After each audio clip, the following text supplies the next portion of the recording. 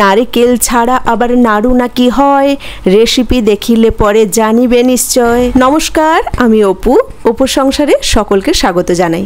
আশা করি সকলে ভালো আছেন। দেখেই বুঝতে পারছেন এক প্লেট নাড়ু নিয়ে হাজির। তবে নাড়ুটা নারকেল নাড়ুর মতো দেখতে হলেও নারকেলের নাড়ু নয়। এখন কাঁচা আমের সিজন চলছে, তাই কাঁচা আম দিয়ে বানিয়ে ফেলেছি এই মন পাগল করা রেসিপি। নিজে বাড়িতে বানিয়ে নিজেও খেয়েছি, বাড়ির সকলকে খাইছি। দারুণ দারুণ টেস্টি হয়। তো চলুন চটপট করে রেসিপিটা শুরু করি। আমগুলোকে প্রথমে ভালো করে ধুয়ে ছাড়িয়ে গ্রেট করে নিতে হবে। এখন তো আমে আটি হয়ে গেছে, আর এই আটিওয়ালা আম গ্রেট করতেও খুব ভালো হয়। এই যে দেখুন, একটু দেখিয়ে দিচ্ছি কি সুন্দর একদম কোরানো নারকেলের মতো হয়ে গেছে।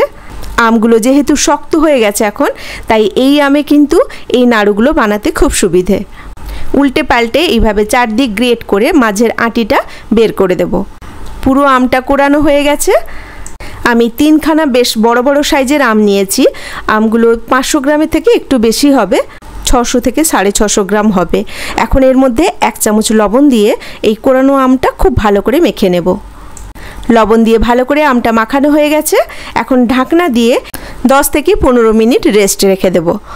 যেহেতু নাড়ু বানাবো, আর নাড়ুতে টক ভাবটা বেশি থাকলে ভালো লাগবে না, তাই টক ভাবটা বের করানোর জন্যই বেশ কিছুক্ষণ এইভাবে নুন দিয়ে আমটা ভিজিয়ে রেখে দিলে সেখান থেকে আমের টক ভাবটা জলের সাথে বেরিয়ে যায়। এই যে ঢাকনা খুলে দেখাচ্ছি আম থেকে কতটা জল বেরিয়ে গেছে। এখন ছাঁকনি দিয়ে পুরো আমটা আমি ছেঁকে নেব। হাত দিয়ে ছাঁকতে গেলে পুরো জলটা বেরোবে না, তাই কোনো ছাঁকনি বা কোনো কাপড় দিয়ে এইভাবে চেপে চেপে পুরো জলটা একদম নিংড়ে নিংড়ে জলটা বের করে দেবেন। এই যে দেখুন, চাপলেই কেমন জল বেরোচ্ছে, কতটা জল বেরিয়ে গেছে। এখন আমি এই ছেঁকে নেওয়া আমটা অন্য একটা পাত্রে নিয়ে নিলাম। একদম ঝরঝরে হয়ে গেছে আমটা।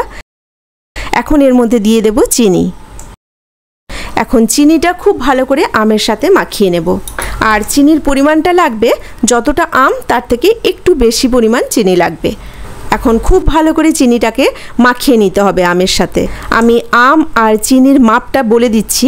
এই যে বাটিটা, এই বাটিটাতে জল নিংড়ে দেওয়ার পরে 1 বাটি আম হয়েছে। এবার চিনি নিয়েছি এই বাটিতেই 1.5 বাটি। আবার চিনির পরিমাণটা খুব বেশি হয়ে গেলেও নাড়ু তৈরি করার সময় সমস্যা হবে, তাই চিনির পরিমাণটা কিন্তু ঠিকঠাক রাখতে হবে। চিনি মাখিয়ে আবার 15 মিনিটের জন্য ঢাকনা দিয়ে রেখে দেবো। মশলা দেবো আমি কয়েকটা এলাচ, ছোট এলাচগুলো, আর মৌরি দিয়েছি 2 চামচ। আর অন্য কোনো মশলা লাগবে না, কিন্তু এলাচটা মাস্ট দেবেন। এলাচ আর মৌরি দুটোই দেবেন, দারুণ গন্ধ হয় আর দারুণ ফ্লেভার আসে একটা নাড়ুতে। এখন এটা আমি হামানদিস্তায় গুঁড়ো করে নিয়েছি। এবার আমটা যে চিনি দিয়ে মাখিয়ে রেখেছিলাম খুলে দেখাচ্ছি। চিনিটা একদম মেল্ট হয়ে গেছে, আর কতটা জলও বেরিয়ে গেছে। আমটা তখন ড্রাই হয়ে গেছিলো একদম। আবার চিনিটা দেওয়ার পরে এখন বেশ একটা পাতলা পাতলা থকথকে একটা ব্যাটার তৈরি হয়ে গেছে। এখন এর মধ্যে দিয়ে দিচ্ছি অল্প একটু হলুদ গুঁড়ো আর সামান্য একটু লঙ্কার গুঁড়ো। আর যে মশলাটা রেডি করেছি ওই মশলা কিন্তু তেমন কিছুই লাগে না, শুধু এলাচ আর মৌরি, কিন্তু ওটা অবশ্যই দেবেন। এখন এগুলো সব কিছু ভালো করে মাখিয়ে নিচ্ছি। আমটা ভালো করে মাখানো হয়ে গেছে। এখন গ্যাসে একটা কড়াই বসিয়ে দিয়েছি। মেখে রাখা আমটা কড়াইতে ঢেলে দিলাম।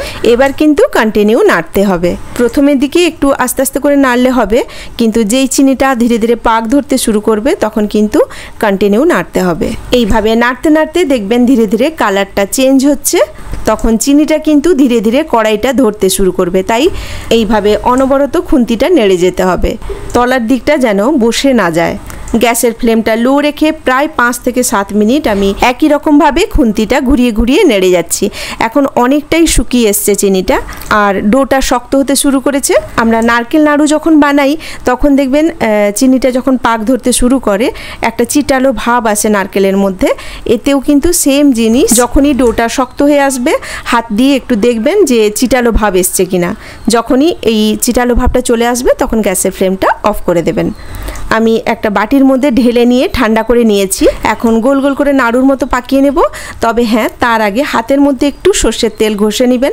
তাতে কিন্তু চিনিটা একটু চ্যাটচ্যাটে হয়ে যায়, তো কিন্তু হাতে আটকাবে না। তেলটা থাকলে হাতে একদম অসুবিধা হবে না, আটকাবে না। সুন্দর করে ছোট ছোট গোল গোল করে নাড়ু পাকিয়ে নিতে পারবেন। দারুণ টেস্টি হয় এই নাড়ুটা, সেইভাবে টক ভাবও থাকে না, আর এলাচ আর মৌরির দারুণ একটা ফ্লেভার থাকে। খুব সুন্দর লাগে খেতে। একবার বানিয়ে দেখতে পারেন।